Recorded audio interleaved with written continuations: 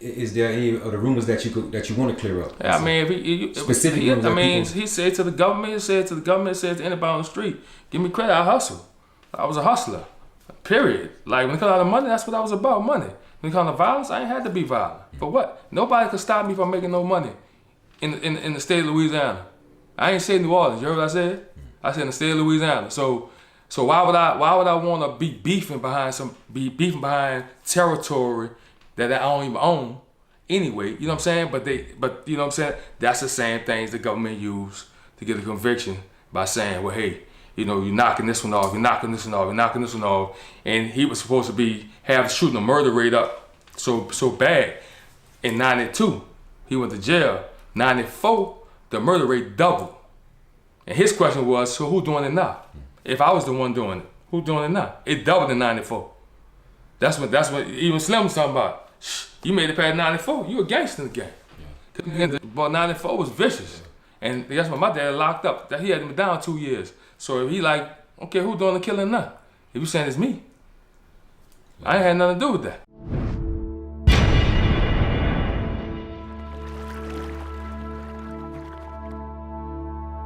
Whenever the streets of uptown New Orleans is mentioned, the name Glenn Metz is always thrown into the mix, and he seems to be a permanent fixture within the history of Central City heavyweights as one of the greatest hustlers to ever do it. Before, we could only speculate and recycle the same information that was thrown around and watered down over the years, but this exclusive one-on-one interview with his son gives us a balanced look into the life of a hustling genius. Glenn Metz.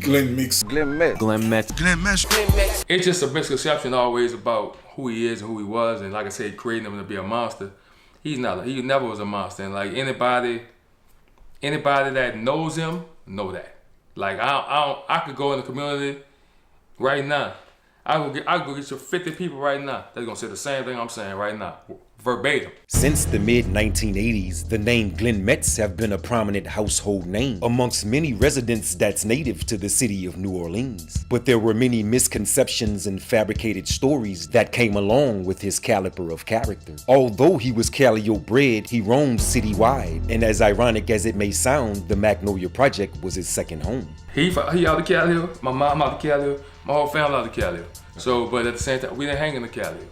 You know what I mean? My dad hung in the Magnolia, and it's crazy. I hung in the Magnolia. It just happened like that. You know what I mean? And that's just what it was. Like, he didn't really hang in the Calio. Like, you know what I'm saying? His mom, he'd come back to see his mom.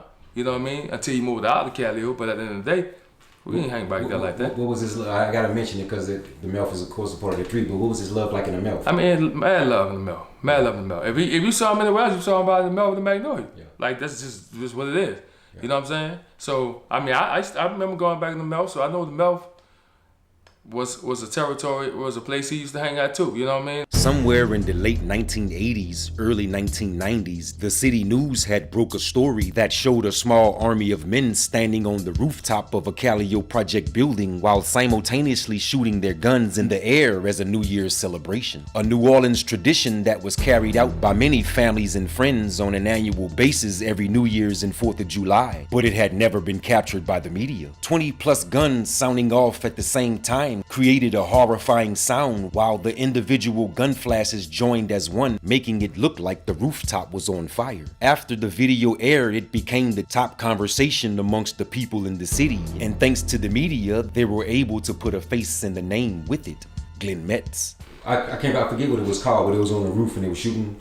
They were shooting all the guns for New Year's? Yeah, what is it? yeah, that's a good point. What's that called? Yeah, speak on that. Like what? That's a good point. It's funny because I was talking to my homeboy. The first thing he mentioned was, "Oh, we gotta get rid of that video, but them shooting guns in the air." I said, "Who's shooting guns in the air?" He said, "Your pops." I said, "That wasn't my pops." I mean, you could go to the news station right now, ask them to run that video, and tell them don't blur the faces out. He's nowhere on there. Why was it so vicious? I mean, people shoot guns all the time. I mean, it's because the thing about it is that's what they do for New Year's. They shoot guns in the air. But the thing about it is, when that video was taken by people who work for the government, you understand? Because one of the persons in the video was an informant. That's why they blurred his face out to protect him. Okay? So don't get it twisted. So, but at the same time, before he became an informant, that's what they used to make him an informant. That one video. But my pops told him, destroy that when he knew he did it. Destroy that. That's evidence. That's incriminating. He didn't destroy it. When the people went in the house, they found the video. That's how he got it. That's how he switched over. It ain't got nothing to do with my pops. Take the blur off. Like, this is the thing about it. If you trying to convict my dad of being a vicious man or being having the guns and all that, why you build a face out? Why you show his face? That's $1 million question. Show his face. If he did it, show his face. That's my thing. And they ain't do it because it couldn't show the face because one of their boys was in the video. One of the good old boys was in the video. So you know that's why they ain't show the face. But yeah, so that's one thing that has to be talked about. I should have been talked about it. Cause I mention it to him all the time. And you speak about that documentary. That's one of some of the things. That's definitely. Can you go a little in depth on that and tell us what they expect? I mean, you could expect like from A to Z, like just how he was, how it began, to the end. And like, his fight for freedom. And you know what I'm saying? Until his fight, till he free. You know what I mean? Can we speak on that? Can we speak on that as far as the process of him clearing himself and things? I mean, I don't know if we can or not. I mean, it's just a matter of the court system. You know what I mean? It's a matter of the court system. The court system. Further on, he is going to reveal that information inside of his documentary also. Right. Yeah, he gonna give you everything. You know what I mean? He got a book coming. He got his book already written. You know what I mean? It's just a matter of him touching the street. Once he touch the street, it's and they know that at the same time. You know, they know once he touch the street, he flood the market about his innocence. You know what I'm saying? About the stuff, the right is wrong. Should I say? You know what I mean? The stuff that they try to slap on him, the extra stuff, it's not him. You know what I mean? And most people who know him know they know that wasn't him. I mean, the man will give you anything. Anything. I'm talking about anything. He's still doing it to this day. Yeah. Any cat go back there right now, get up on them. I mean, to him, in that, he's like a god to these youngsters. That's all good. That's all fine and dandy. But at the end of the day, and it's the same way when he was on the street. Like, he'd give you the shirt off his back. If he had his last, you getting it. Like the things he did for the community, like the main reason why they took him out of the community because he was a pillar in the community. I done got messages DM. Oh yeah, I remember your daddy. He paid my mama rent one time. You know, just messaging me like, you know, they remember them things, and they was children. This woman was like young like me when I was back in the G. Like, I remember he paid my mama rent.